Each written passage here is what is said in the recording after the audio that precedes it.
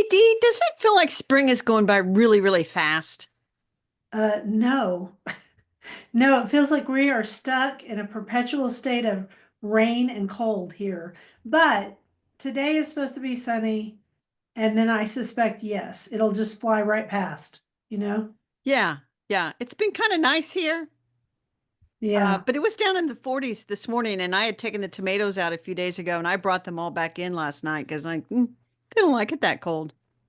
Mine have been in the 40s several times because we were in the 40s the last couple of nights, and I was like, that's weird for us. We shouldn't be this cold, but today is sunny. It's going to be hot. Let's go. Let's go. Let's get this episode started. Welcome to the Garden Angelus, where we chat about flowers, veggies, and all the best dirt. I'm Carol Michael from Indianapolis, Indiana. I have a suburban garden measured in square feet. It's about a third of an acre. And I'm Dee Nash from Guthrie, Oklahoma, where, in spite of downsizing, I still have a pretty large garden in the country. We are Garden Angelus because we love gardening, and we want you to love it too. Yes, we do. And we aren't afraid to tell all the gardening secrets, our good, our bad, and even our very ugly. But that's enough of this. Let's move on to this week's episode. Okay. Want me to do an update, D?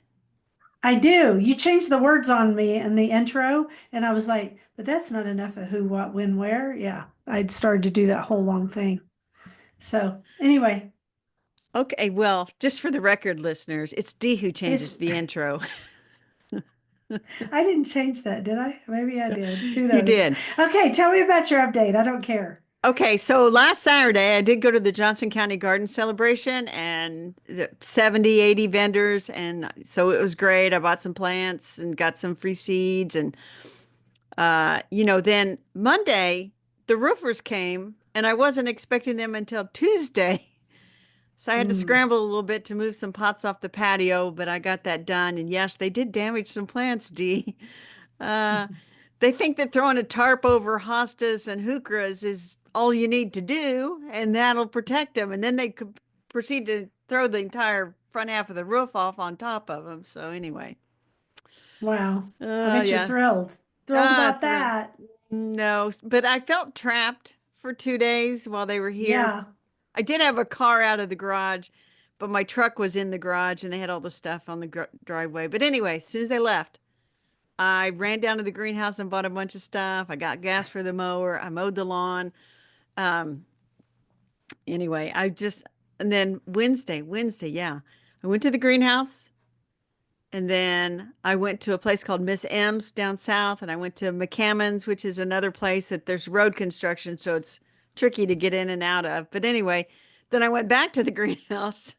I was just buying plants like a wild woman, but partly my sisters were texting me. Like one of them said, "Hey, I need more impatience." So I got those. And then another one, she didn't like the color geraniums that she'd gotten. They didn't match this carpet thing that she has on her condo patio. And so I had to go back and get her some different geraniums for her hanging basket. And then yesterday I did speak to the folks at Senior Promise, Franciscan Senior Promise about gardening, a nice little group, lots of good questions. And I had a race theme for that. And it was kind of fun because my my phone kept buzzing in my pocket.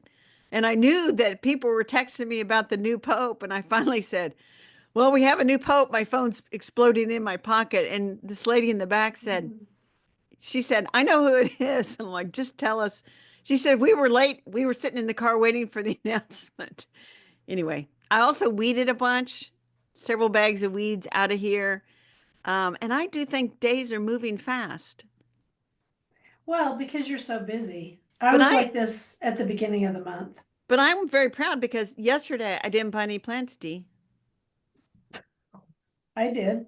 But now you're supposed to say, did you get any new plants yesterday, Carol? Oh, well, I didn't know that was my cue. Did you get any new plants in the mail, Carol, from a certain company who Yeah. doesn't send me plants? Go So ahead. Pan America Seeds, and they're owned by Ball Hort. They sent me some 2026 varieties of petunias and Uh-huh. impatiens. And they have this whole shockwave series, deep Yeah, I've purple, grown them. rose vein, violet, sky blue. And then they have easy wave pink pearl, and then a couple more beacon impatiens, and I think I'm getting some more beacon impatiens. And then they have a really pretty calaburse pechoa. Is that how they say it?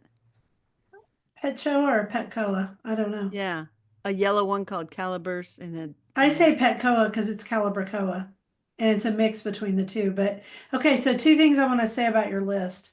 I did a yeah, thing for wave gardening. It was last year, I think, or the year before. And it was a series of reels we did.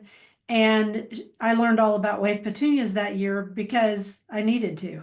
So right. shockwave are the ones that really spread. They're the Yes. ones they spread as much as the very original fuchsia purple or fuchsia 20 to pink. 30 inches, it says on their sheet. Yeah, they spread. So the shockwaves is real spready. Tidal wave is real spready. And shockwave is usually bright colors. Now what else was on there? There was something Well, there's else. an easy wave, and it says it goes 25 to 32 inches of Okay, spread. so I think well, maybe I have it all wrong, but that's what I read on their website back in the day. Anyway, Beacon and Patience, if I remember right, are the ones that are really disease resistant. They are. They've been sending me for several years, those. Yeah. And then No wilt. no, the Pechoa is supposed to spread 20 to 28 inches. So these could be some pretty nice sized petunias. And Okay, you so know, I love Petcoas and I'm going to talk about it in my update. okay, well, do your update because that's all I got. Just a little bit of gardening last week. That's all. I mean, I'm exhausted. Okay, so let's see. I went and visited a new local nursery that's right down the street from me on Waterloo. They invited me over, and it's Front Door Flowers. It's run by two ladies who started out putting together people's pots, and they know everything there is about container gardening. They Cool. know they know a lot, and they have really great plants. And some of them come from red dirt plants. Some of them they get out of Kansas, I found out. And they had some things I hadn't seen anywhere else. Plus, they had standard or topiaried different plants. And I bought a Duranta erecta, which is purple and looks like a bad hair day. They're one of my favorites. As everyone knows, I'm not into topiary, but I like it when you put something on a stick and make it go boom, like fireworks, right? Hmm. And then they had it underplanted and theirs. And so I did something similar, but a little different twist. And so they will do your pots for you. They also have drop-ins that you can just come and buy, which is cool. Yeah. And then they'll show you how to plant your own stuff. So it was a pretty neat place, and I'm really glad. And they're podcast listeners. All right. Yeah, Hey, front door flowers, we love you. they're pretty cool. And then I ran over to Wait a Terracotta. minute. Wait a minute. Forgot to mention front door flowers near you if you're in the Oklahoma City area. They are only open until Memorial Day weekend, and then they open up again in the fall. So good to know. Like Bustani does. Yeah. So, but they got fresh plants in, so that I bought several things. And then I ran over to Terracotta because there was something I needed for that pot. Got it. And I also bought the stuff for my front pots, which I'm going to do probably tomorrow. And then because they were spring, so I'm going to take that hellebore out, take out whatever else I put in there and plant it where it needs to go permanently. And then I'm gonna put some summer stuff in there. And then I ran over to Lowe's because I was trying not to run up to Guthrie and I was in Edmond because they're North Edmond. And so I ran to the Lowe's and they have a lot of both Petcoas and a lot of Calibracoas. So we Cool. should say Petcoas, which is I think how they're pronounced. They are a mix between a petunia and a calibrachoa. And so Yes. one of the cool things about them is that they have different colors, but also they're not sappy. They don't have that sticky sap on them. And they tend to be tougher in the heat. And so when we went to our, what is that called? It's a circle. Our faith in gardening Power circle. power circle. I couldn't think of what it's called. Two of the guys on there, one of them runs nursery and the other one runs a wholesale nursery, right? Is that right? No, but go ahead. But close enough. Well, they knew about a lot about them, so they were talking about it from their point of view. And they said they have much better heat tolerance, and I said I think so too. So I bought Super Bell's Magic Pink Lemonade Calabricoa to put, which would be a proven winners because it has super in it. I put it in my kitchen border along the edge to see what it would do, just for fun. And then Super Cal Purple Dawn Petcoa I bought and I put it on in a bed too to see what it would do. Because I know what they do in pots, but I wanted to see if they would kind of blanket the area. I'm playing. And then I planted seeds for more flowers in the cutting garden. And right before it rained the other night, and Bill was like, "Where were you?" I said, "I was out quickly planting seeds." And it did rain. They got a good soaking. Okay, want to play favorites? Yeah, but before you do, I want to tell you this Petchoa. The calabash yellow that I'm going to grow is the first one from seed, and it says it takes Huh, the best colors from the calabracoas and delivers them in the habit, flower size, and product form of petunias. So there you go. interesting. So petunias, I have noticed that with the petcoas, their flower is a little bit tougher, and it's also not so it's not floppy and Mhm. delicate. And it's also a little smaller. But if you can get a heat tolerant petunia, that'd be awesome. We'll see. I have some in my pots. Okay, so did you have anything about my update? You've been busy, and I approve of you being busy. It keeps you off the streets and out of trouble. Yeah, it keeps me out of the bars, as Bill would say. Not that I go to bars. Oh, let's say something about the Pope. Everybody on my Instagram has been reaching out and going, "Are you excited about the choice?" And I'm like, "We don't know him. I don't know. Well, We when I know was nothing about him." when I was speaking yesterday, I went to speak. So I left here and I had to drop off Impatience at one sister's and the hanging basket at the other. So I left early. And as I'm going down the road, I'm listening to the news and they say, white smoke, white smoke. And I'm like, they said it'll be about 40 minutes. So I dropped off all the plants and I went to my speaking engagement because it was all right in the same area. And so that's when my phone was just buzzing in my pocket. And there was somebody in the back and I said, they've named the new pope. And somebody in the back said, we know, we waited in the car for the That's announcement. what you That's why we're said. Yeah, late. that's So hilarious. it is funny. But It everybody is funny. My remembers, pocket where were was you? blowing up too. Where were you? Where were you? Where were you? I was driving home from all my plant shopping, and my in-laws were all texting each other, all the siblings. Bill's one of seven, and they were all texting each other about it. And one of them is named Leo, so he's very happy Well, because the here's the other Pope has thing. his name. So the new pope has two brothers. I I saw don't the interview of Well, the the one. one interview, he said, yeah, we play Words with Friends every morning and we play Wordle. And, I teased him about having his Red Sox ready for the conclave and had he watched the movie Conclave because this is his first time as a cardinal at the conclave, the new pope. So that was Yeah, because he interesting. hasn't been a cardinal but like 2.5 years. Well, and then the other, I don't know which brother said that there was a woman down the street when they were kids. They played with her kids, and she said to him, you're going to be the pope someday," to Pope Leo. Wow, And that's and really interesting. and then the brother in Florida was interviewed, and he said the same thing. We always teased him he was going to become the pope someday, but Because he's super. They said he was the holy one, he was which the is holy not, one. which is a Yes. nice thing to have in your pope. So Yeah, there we go. instead of your brothers like, let's like not tell too many childhood secrets. Yeah, don't tell too many. Okay, so what's going on in your garden? So the columbine are blooming like mad, and I have the ones called Granny's Bonnet, which are they're not native. They're the Aquilegia vulgaris, and Right. then they're blooming. And I always get those little blue ones, and then people see the blue ones on my posts and things.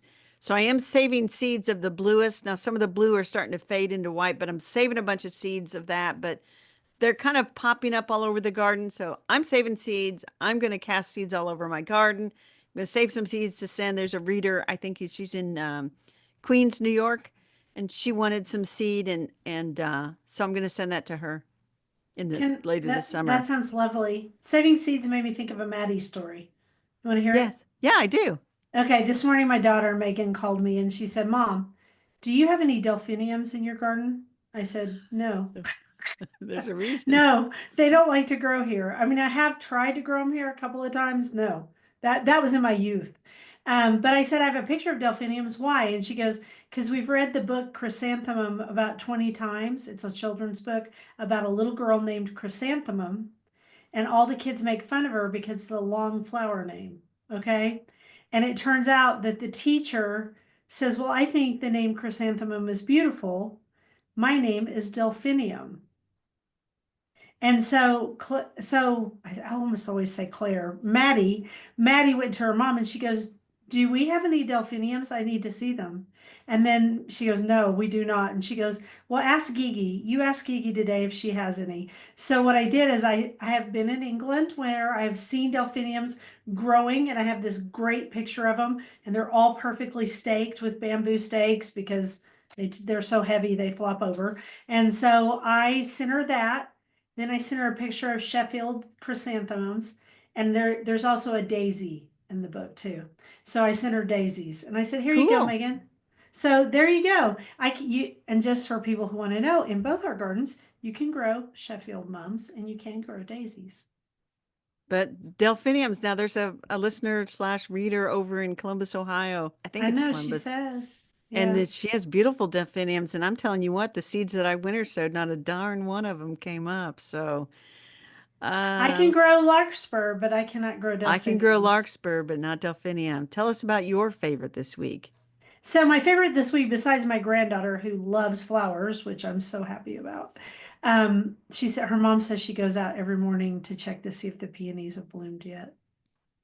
Yeah, I love You're it. getting close. It's well for her it is. Yeah, mine are blooming.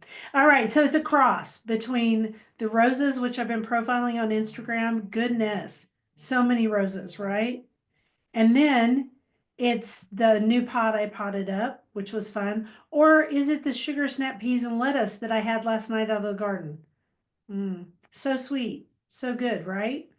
Or Yes. is it the snapdragons that overwintered and are blooming big, great guns this year in the front border and the garage border? I don't know.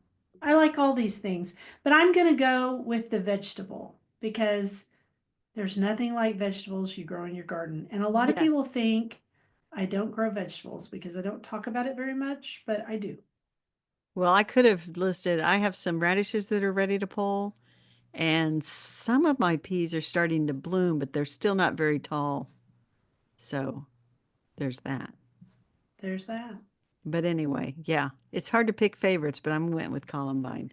Now we Well, have a this time of question. the, oh, so see, you're superior to me because I just went all over the place. I can't help Well, it. last week I felt like I went all over the place, or I wanted to go all over the place. It's okay. It's spring. We're allowed a Yeah. little spring fever. Yeah. All right, question of the week. You read it. So Dee got this message. She says, "Hi, Dee. I've caught the gardening bug and just can't get enough. I'm in Piedmont, Oklahoma, and found you while looking for other Oklahoma gardeners. I am desperate to find scented geraniums. I was just listening to your podcast on the letter G and heard you mention that you have some. Where did you get them? I know the gardening circle can be somewhat small. Do you know Monica? I won't say her last name. I know It's she okay. sells She wouldn't some. care. I, I don't even know how to pronounce her last name. It's Arndt. Aren't. Monica Arndt. She sells them. I know Mhm. she sells some, but she told me that she may have to have surgery and wouldn't have any available for a while. Just wondering if you have another source. Thank you so much, and I look forward to hearing more on your podcast and through your Instagram.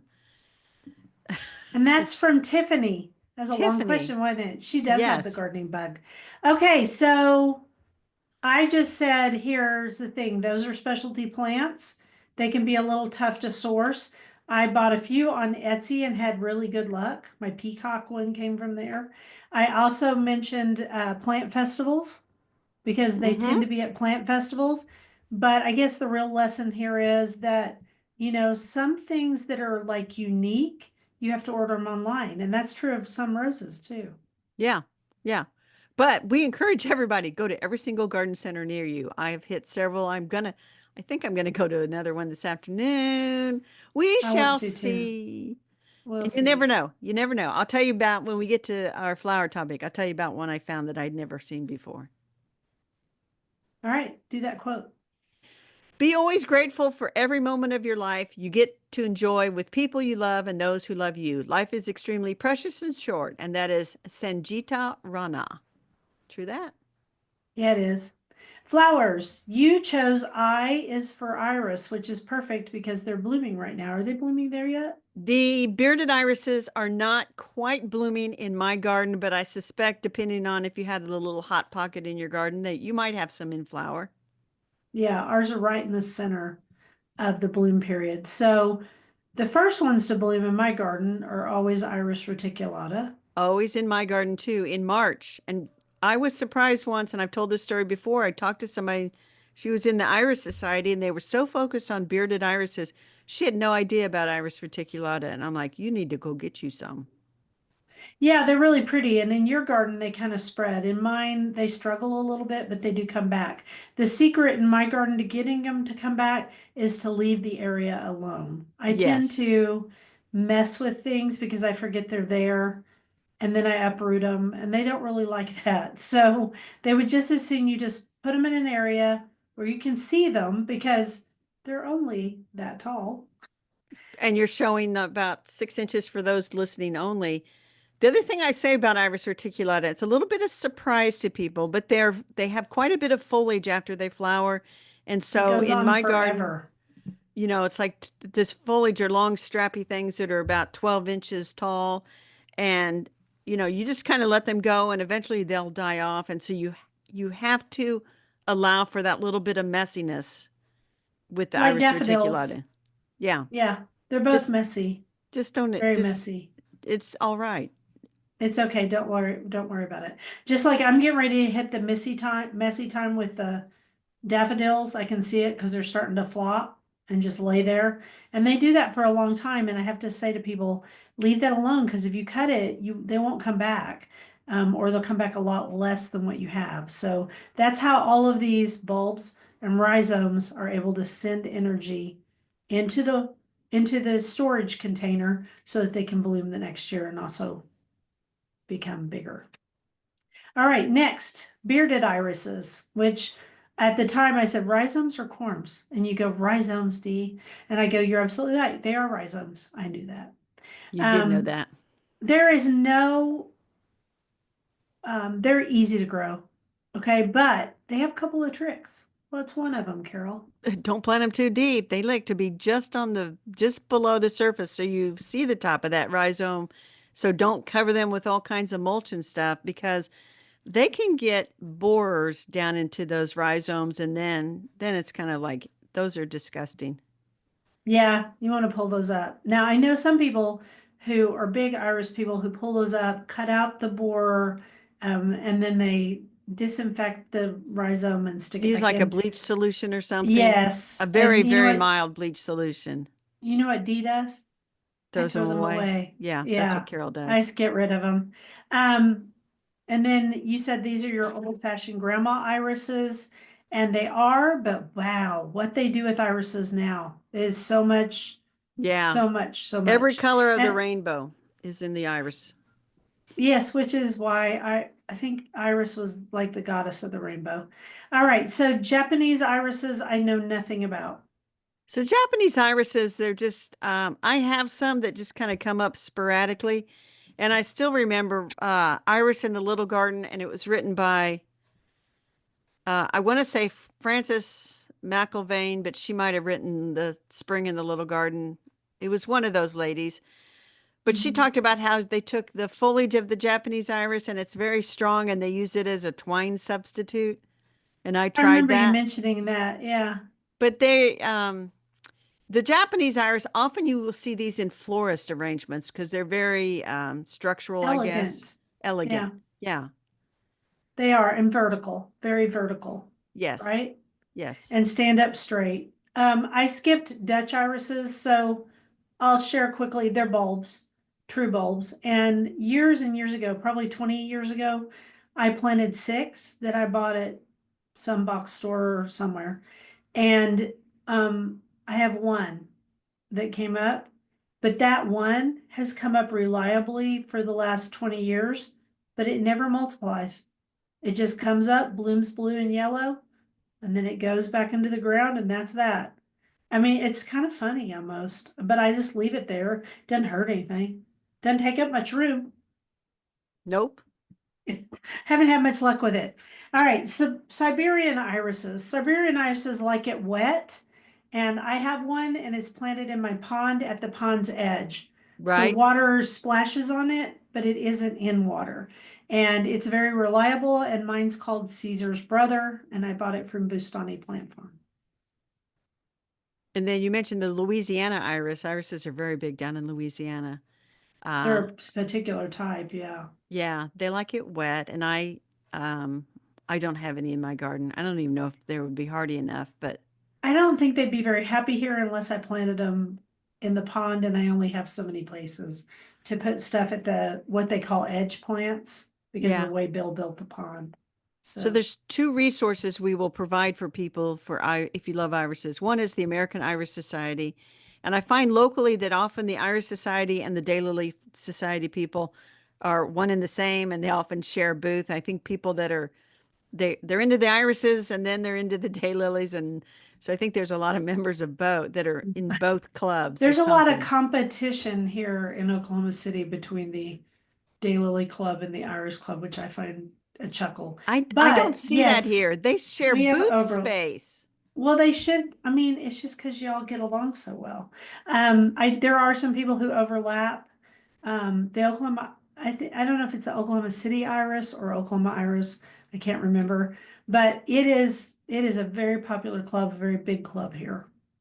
And then the other thing is Shriners Gardens is a mail order iris place started in 1925. So this is their 100-year anniversary, and have a family owned business that's been around for 100 years and is still going is glorious.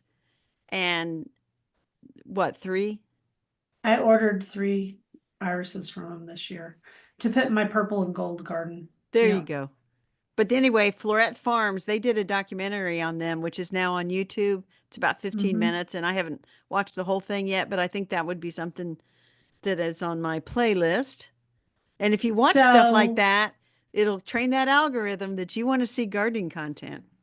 yes, instead of old cars and World War II, which is where Bill has stuck mine. So irises are usually planted at the hottest time of the year. Yes, if you've got the It's just gardening itch so to plant in the hot. middle of summer, iris is what you should plant. Except the Iris reticulata, the little bulbs, are planted in the fall. But And a couple of our, and the Dutch iris, I think are planted in the spring, but I don't remember.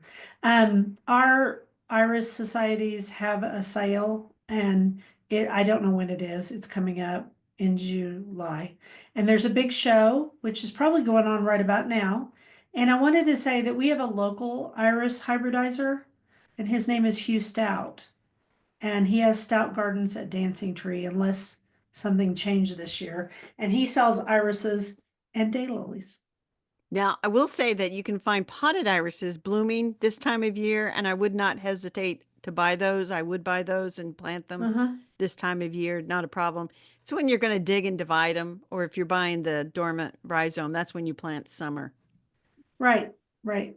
So, and just remember, plant it just where the roots, it's a long rhizome, and then there's little roots at the bottom, and then the spear comes up of the leaves, the shield. And so you want to plant it right where the sun shines on that rhizome. So only half a rhizome deep, I would say. And or just get the roots in the ground, basically. Don't mulch around them. I once had a lady who helped me in the garden occasionally, and I could not get her to stop mulching my irises, and bless her heart. Okay, and so for our iris in our newsletter, I'm going to share the piece I did on Instagram about my mother-in-law's irises, Marie's irises. They're pink. Okay. Yeah, I'll make a note of that so that you can do that. You'll Yeah, remember. yeah, or I'll listen to this because now that I write it every week, I listen to it pretty extensively. All right, so want me to do the quote? Well, no, I have one more ice flower that just popped up. Oh, of course, Have you ever grown irisine? many Ires. times. I have never they don't sell it at Courts, and I went to another place and they had one called Blazing Rose, and it's a really dark leaf with red veins. It's real And pretty. it I've says it grown it. does pretty well in the shade. And I'm like, I know where I'm going to plant that in a container that gets quite a bit of shade. So anyway, I think of it as almost a substitute for coleus in some ways. In some ways, or gosh, Duranta maybe. I mean, or out It's that not going other to one that flower starts at with an all. A. No, not in this particular deal. So there's an irisine that is when I was growing up, they called it the bloodleaf plant The or same the thing. That's it. chicken gizzard plant. Yeah. And there's different irisines too. There's dark ones, there's green ones, there's all different kinds of ones. Alton and Thera.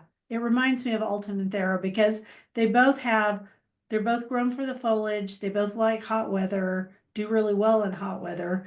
And then, they're tropical and they don't Right. bloom. Well, They're the just difference, good plants. I bought Alternithera too. I bought a yellow flowering Oh, Alternithera, yellow leaf, I should say, not flower, I was leaf. gonna not flower. Yeah. But it said that it wants more sun than, and I thought, well, I would say in your climate, both of these plants want sun. okay, well, they're not going to get a lot of sun, but we'll see. Put them toward the front of the border. I Over was, in the August bed or something. I'll figure out something. You, They're not you, going to overwinter, so I'll just figure out something. there you go. I've grown them a lot because they're a good summer plant here.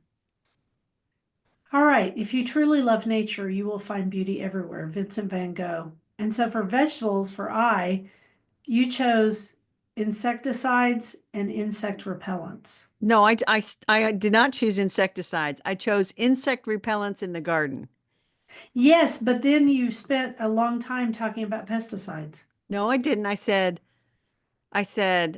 there are no pesticides that will kill only bad bugs. And so I advocate just use the other strategies to keep bad bugs away because spraying kills bees, Oh, kills okay. butterflies, kills So, everything else. What okay. notes are you So looking at? I'm looking at these notes and they don't say anything about any of that until later. But what you mean by insect repellents is not the stuff you spray on your skin, No, like picaridin or DEET, which is what we think of, right? You're talking about natural insect repellents like plants. exactly. Can't you read my Okay. mind on there?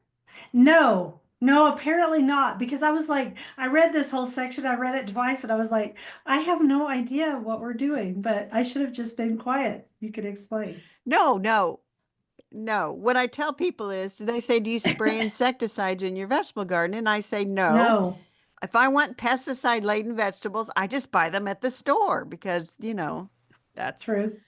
but in the vegetable garden, we have many strategies and we wanted, and I brought my book in here, I did Plant not. Partners, Science-Based Companion Planting Strategies for the Vegetable Garden by Jessica Walliser. This book is It's many a great years book. old. It's a great book. I don't know how old it is. 2020 it came Couple, out. oh wow, 5 years ago. I was gonna say, oh, a couple of years ago, Couple but life couple moved. five, couple Couple five. five. Yeah. So this is It's a from, great book. yes, it is a great book. And so Jessica did all the legwork and the research, and she cites scientific studies. So She's I an often refer to entomologist, yes, she's an in entomologist. addition to being an editor, a procurer, and also a writer and a gardener. So she's Yes. pretty smart chica. Yes, she is. And so she talks about trap crops that will trap bugs away from the what you really want to grow. And then Uh-huh. like I've been planting nasturtiums around my squash plants since she recommended that. And I feel like I have fewer squash bugs than I had before.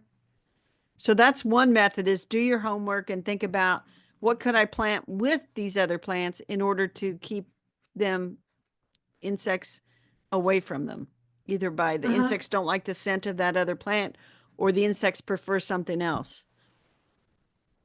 Yeah, like planting cabbage near down because cabbage moths love cabbage the most.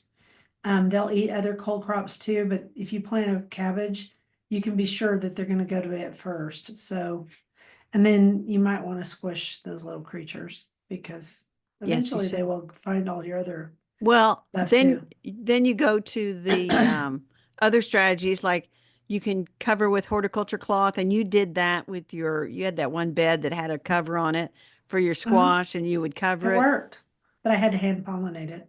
Yeah, I was going to say it works, but it also keeps out the pollinators. And if a crop like squash that requires pollination, you're going to have to hand pollinate, or you could leave the thing up for a while and see if the bees come along and then close it. Oh, I did that too, and then I had squash bugs. I mean, the Yeah. squash bugs love it here. And the problem for us with nasturtiums is they're done by the time we do squash. So it just doesn't, it works, different things work in different places. Right. And the other thing I was going to say, the horticultural cloth, though, is really good for the cold crops like cabbage and broccoli and Brussels sprouts, where it does keep them out. Yeah. And That then, what you're basically talking about is integrated pest management, where you start with yes, the least thing first, and then you move up the scale of toxicity, basically. And right. I will say, even though there's no pesticide that only kills one thing, there are diseases, insect diseases like BT, Bacillus They're thuringiensis. gentis. Yeah, you can spray that and get rid of, say, cabbage worms. But there's a caveat. If you spray that and it drifts and gets your butterfly eggs or your butterfly caterpillars, it would be the caterpillars because they have to eat it, then that might be a problem. Another thing is using that grasshopper disease. So that's a step up on the toxicity scale. It doesn't kill everybody, but if you're spraying a true pesticide, it's broad spectrum and it will kill. Broad spectrum means it gets everybody. Well, two other strategies. One is we've talked about sometimes planting a little later. Like when I plant my eggplant later, and I'm talking almost like June 1st, I have far fewer problems with flea beetles than if I plant them sometime in May. So it's like they skip over it. Yeah, that's another strategy too. And Yeah. then hand picking tomato hornworms. So if you see you've lost foliage on your tomato, you find the hornworms and pull them off gently. Yeah. And this, can we just say this thing about hornworms? Okay. A hornworm is not the beautiful sphinx moth. It's a different type of moth. And I didn't look this up again because, and I see this given out as bad information all the time. I'm not saying kill your hornworms. I don't care. Use one tomato as your sacrificial plant if that's what you want to do. It's very Zen-like, as my friend said, and that's what I do because they don't bother me. But if you want to cut your hornworm in half or feed it to your chickens, you're not killing a white-lined sphinx moth or a clear wing sphinx moth. You're killing, I'll look it up while you talk, what it is Okay. exactly. Well, the other thing, of course, we've talked incessantly about crop rotation is planting crops in different areas of the garden every year so that the insect pests that might be overwintering would wake up and not find squash there next year, which is then the second thing, which is to throw out the spent vegetable plants. So if there's squash vine borers living inside those vines, they will end up in the trash. And in Indianapolis, then they would go to the big incinerator, and that would be the end of them. So then, So the one that you are killing, if it's a tomato hornworm, and there's tomato hornworms and tobacco hornworms, we primarily see tomato hornworms, right? and it's an adult moth that has mottled gray brown yellow spots on the side of its abdomen, and it's a large, heavy-bodied insect. But it's not, I see this all the time on garden groups, and it's not It's the not the ones that pretty are, moth. it's not the pretty moth, and that doesn't mean I'm advocating that you kill it. I'm just saying it's not the moth you think it is. Yes. Okay, go ahead. So anyway, that was to sum up. There's no pesticide that only kills bad bugs. So you just have to be Right. really careful.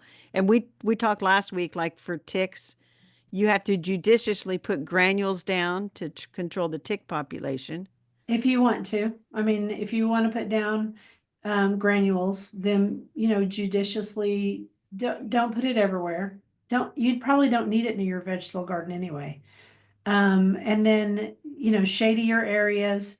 One other thing though, in the vein of what you're talking about is Don't use leaf mold. Don't use shredded leaves as your mulch. I did it for years and I turned my garden into a giant tick farm, Tickville, as I like to call it. So they like, Lone Star females like to lay eggs in leaf mold. And I didn't know that then. I know it now, so I use arborist chips instead. And it's cut way, way down. I don't have that many ticks anymore. Cool.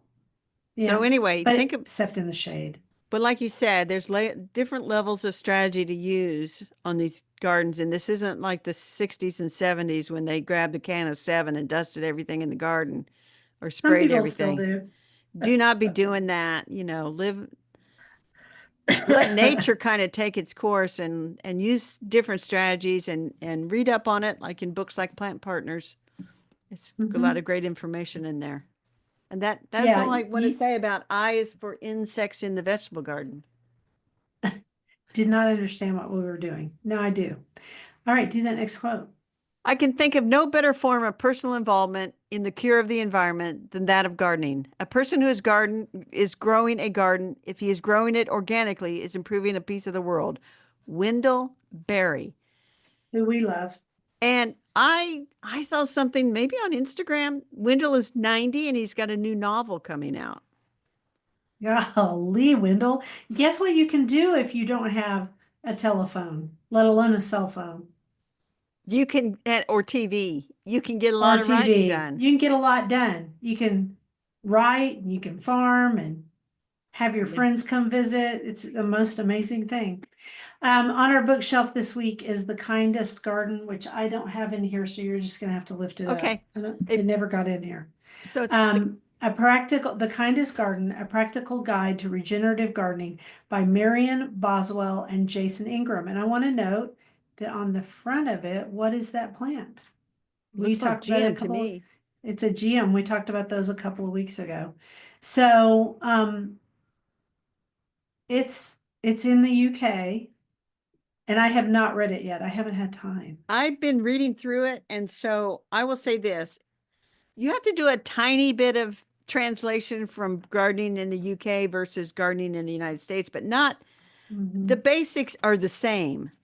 Right. And Rewilding. yeah.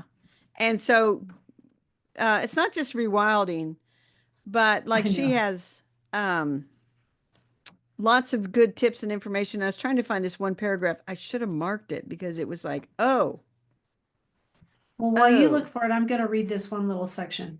Drawing on lessons from forward-thinking farmers, foresters, real wilders, and nature itself, The Kindest Garden shows you how to create a garden that is both beautiful sanctuary for yourself and also a place where nature can thrive, very nice. which is And what you were saying about the vegetable garden. yes, Do the least thing first. yeah. And so I took pictures of the things that I really like. There it is. You sent it to me too. You sent me one of them. And I said, wow, I that's a did. great quote. That's a I really did. great And now it's quote. like, where? Oh, there it is. So Okay. here now, of course, my phone doesn't want to cooperate and leave it correctly for me to read. It says, so what is the kindest garden? An embrace of beauty, a sanctuary, a place for knowledge, abundance, and community, and a mindset most of all. This gentle art and science of landscape gardening fosters kindness towards ourselves, our spiritual and physical environment, and all the beings we share this world with. With this intentional approach, the simple act of tending the land becomes a profound expression of kinship. What if your garden was the kindest thing you could do for yourself? Well, I think it is. Yeah. Yeah, I can't wait to read it. I just am gonna have to read it when it's not spring. I'm too So, busy. yeah, there's three parts to it. Part one is relationships, the elements of the garden, and she talks about soil, water, the ecosystem, materials that you work with, energy use, and then resilient planning. And she goes through meadows, prairies, Mediterranean, etc. And then part two, and I've gotten through most of part one. Part two is about measuring our impact. And part three is our need for connection in the kindest garden. And so it's pretty good. I mean, it's kind of a mindset of gardening. And she's got a really great Instagram that I started following after I started reading the book, which, you know, If you want a lovely garden, Dee, I think you should get the kindest garden. Yeah, it's sounds wonderful. And she And sort of gears it towards what she called the average backyard garden in suburban Great Britain. yeah, So, and I want to say something about their meadows. Their meadows are exceptional.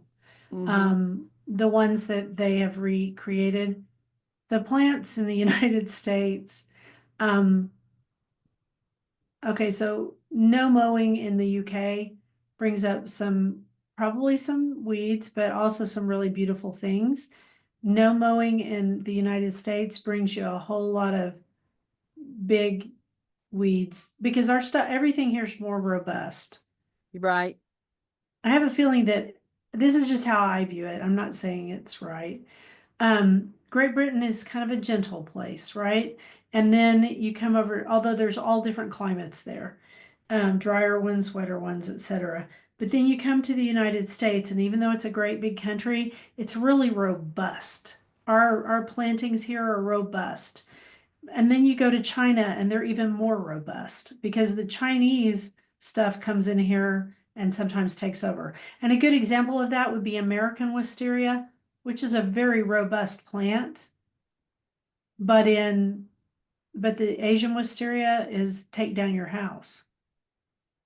So just Right. something I think about. So I do mow, but I also have a meadow, but it's hard. Growing a meadow is not as easy as people think. No. And so, as an example, where even though she's in Great Britain, she has what can we measure in our gardens? And um, diversity of plant life, you can do that. Diversity of soil life, yes. Soil Mhm. pH, water infiltration, like how well does the water drain? Um, Compaction, how compact is your soil? How deep are the roots and different things in your garden? The soil structure. She has a thing about earthworm and insect count, a thing called bricks. And I didn't know about this. Essentially, bricks tells you how well your plant is photosynthesizing and whether it needs help. And I thought that was kind of interesting. Yeah. And then soil biology and minerals. So those are things that we should be thinking about in our garden as well, and not just it's not just all about Great Britain, but some of her plants and stuff. The gardens are I don't want to say fairly small, but fairly small. So you have to think about and translate to whatever you have. So it Yeah. is very good, very interesting book, and that is The Kindest Garden: A Practical Guide to Regenerative Gardening by Marion Boswell, and Jason Ingram is the photographer. Beautiful. I'm gonna keep reading this. It's gonna stay out. I gotta keep reading this because it's reminding me of stuff that I learned that I have forgotten, which is always good. Yeah. And you can be more conscientious in your garden with it. Okay. Sounds So good. it's a good book. Do that quote, Well, Dee. my method is to wait until some part of it annoys me and then take some action. Helen Dillon. I'm with her on that. Helen Dillon is a very famous Irish garden writer. She is hilarious. She's very funny. Hilarious. So, dirt. It is the 80th anniversary of VE Day, Victory in Europe. And also this year, we are celebrating the 80th anniversary of the Peace Rose, which was developed right before World War II and sent to the United States to try to save it, honestly, from the Germans. They packed up the few plants they had, and it was I think it was from the Meland nursery. And they sent, yeah, Milan. It probably doesn't pronounce the D, but whatever. And they sent it here to the United States, and then a nursery here grew it on, and then it was named Peace in honor of the hope for peace before, long. And you found two things. So there's several articles out there because it's the 80th anniversary of the Peace Rose. There's some you can find tons of articles out there. And then there's a children's book called A Rose Named Peace: How Francis Milan Created a Flower of Hope for a World at War. And that is actually sitting at the library waiting for me to pick it up to have a look see. So I wanted to see that book. But when I was at the Johnson County garden celebration, the Indianapolis Rose Society had a booth there, and I stopped, and of course they're trying to get me to buy a rose, and I did not succumb. I Uh, don't know how. but we talked a little bit about the peace rose, and what's interesting about that is think about all the varieties of flowers and stuff that have just disappeared over the last 80 years because bigger and better came along. And Mhm. so, as they would say, there are better roses than the peace rose, more Yeah, because disease resistant, but there the is no breed other the peace rose. It is, no, people love that rose, and it isn't, the breeding's better now, and there are roses that look like it, but the peace rose was one of the first roses I ever grew. yeah. And so it's I guess, a sentimental favorite, and people want it. It And has flowers so, about that big. It's huge. They're huge. if people want it, then they will keep growing it. If you're gonna grow it, you need to grow it somewhere where it gets really good sunlight and away from other roses. It's rather disease prone, but that's okay. Um, it's in a lot of genetics in a lot of the modern roses, which is cool too. And then I watched in connection with VE Day, I watched a really cool show on Netflix, which was where they took footage of all kinds of things that went on during the Blitz. There was a lot of footage during that Right? time Right? in London and in different places like Coventry where they were bombed, different places. And they took that and then they took people's letters and their diaries. And then if they could, they had the people read them. And then they colorized the footage, but they made it vintage. So it looked like it had it wasn't modern color. It had that edginess that old color used to have. Right, right. And then they would mix all of these together to tell the story of the Blitz. It was really fascinating.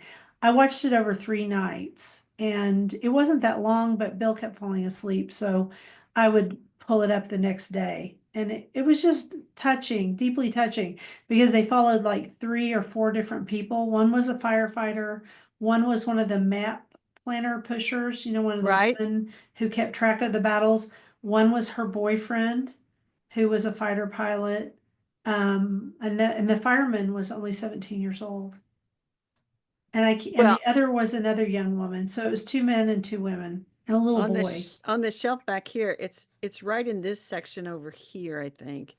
She is pointing to her bookshelves. I have a book that is the diary of a woman in World War II in England.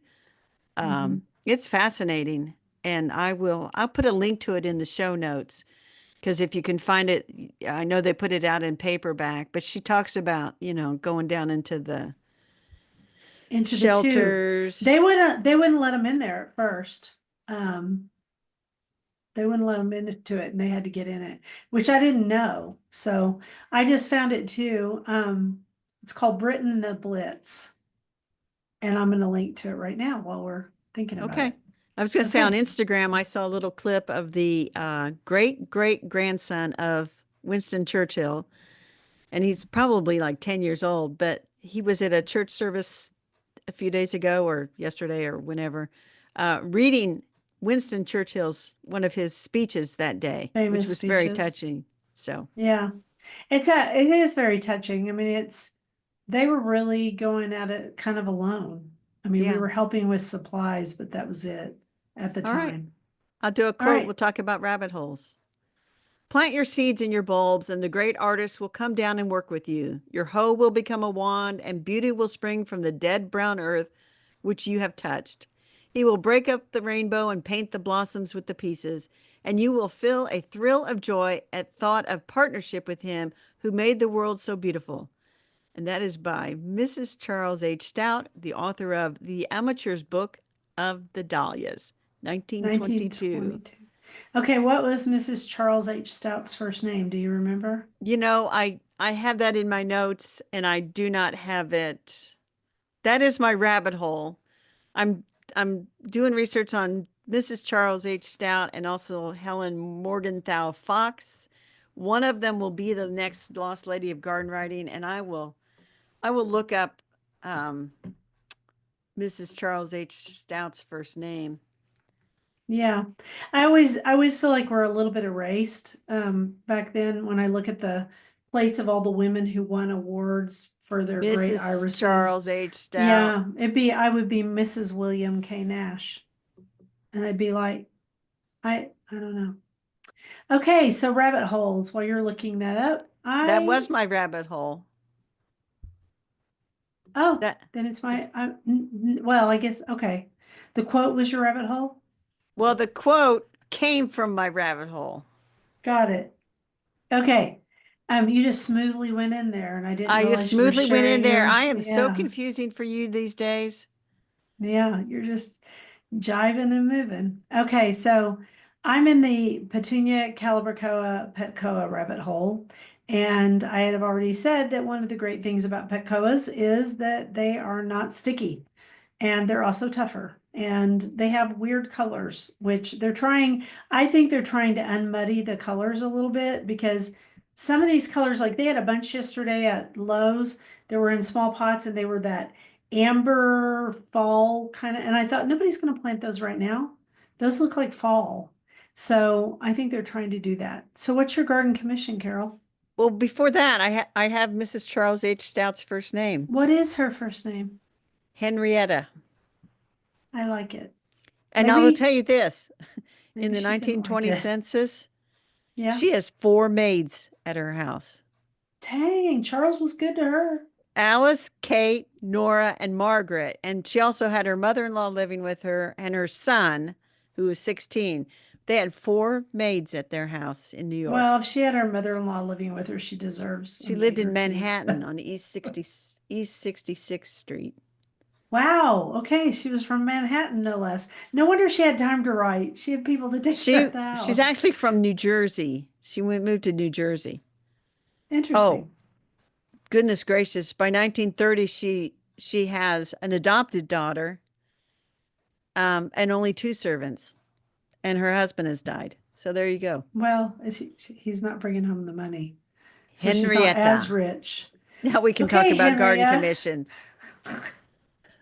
you go ahead. I need to do a lot of planting because there are a lot of plants out there. I also need to do some weeding out in that vegetable garden, set up the tomato stakes. I actually might plant my tomatoes. We'll see.